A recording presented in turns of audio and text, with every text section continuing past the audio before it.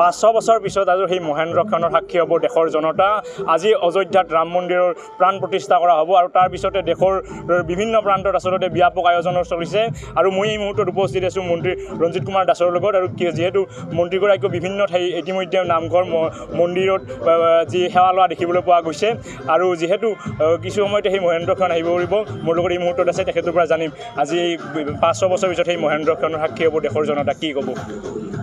সমূহ দেশবাসীৰ বাবে আজি আচলতে এটা ঐতিহাসিক দিন, কাৰণ বহু অধীৰ অপেক্ষাৰে দেশবাসীয়ে আশা কৰিছিলে যে তাত ৰাম মন্দিৰ প্ৰতিষ্ঠা হওক, যিহেতু ৰাম মন্দিৰ পূৰ্বৰ পৰাই আছিলে। গতিকে যি আশা আকাংক্ষা আজি পূৰ্ণতা লাভ কৰিছে, তাৰ কাৰণে আমি মহামহিম সুপ্ৰিম কোৰ্টকো ধন্যবাদ জনাইছোঁ, ভাৰত চৰকাৰকো ধন্যবাদ জনাইছোঁ আৰু উত্তৰ প্ৰদেশ চৰকাৰকো ধন্যবাদ জনাইছোঁ। আৰু সৰ্বস্তৰৰ মানুহে, ভাৰতবৰ্ষৰ সৰ্বস্তৰৰ মানুহে আজিৰ দিনটো এটা আধ্যাত্মিক দিন হিচাপে গ্ৰহণ কৰিছে আৰু প্ৰতিঘৰ মানুহৰ ঘৰতে আধ্যাত্মিক কাৰ্যসূচী অনুষ্ঠিত হৈছে। ময়ো নিজে আধ্যাত্মিক কাৰ্যসূচী অনুষ্ঠিত কৰিছোঁ। সকলো অসমবাসী ৰাইজকে আমি শুভেচ্ছা জনাইছোঁ আৰু আজিৰ এই তিথিতে আমি তেওঁলোকক শ্ৰদ্ধা ভৰা সেৱা জনাইছোঁ। নিশ্চয়কৈ এনেদৰে আচলতে প্ৰতি ৰাতিপুৱাৰে পৰা আচলতে মন্দিৰত যে সেৱা লোৱা দেখিবলৈ পোৱা গৈছে মন্ত্ৰীগৰাকীয়ে আৰু বিভিন্ন কাৰ্যসূচী ৰখা দেখিবলৈ পোৱা গৈছে।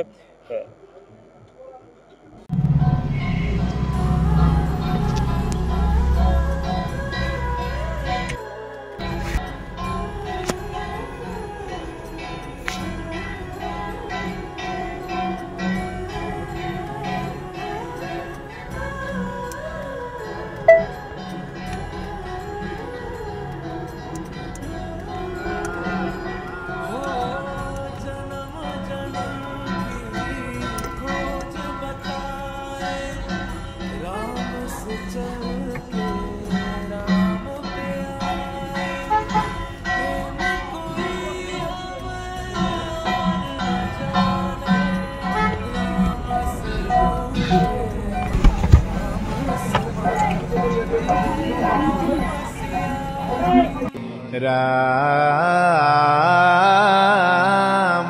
राम राम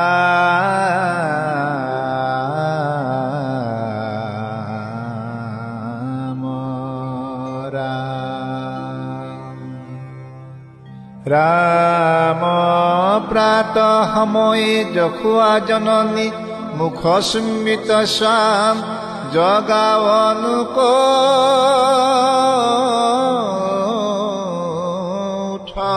मेरी लाल मदन गोपाल आवे तेरी गोवाल बोलावनु को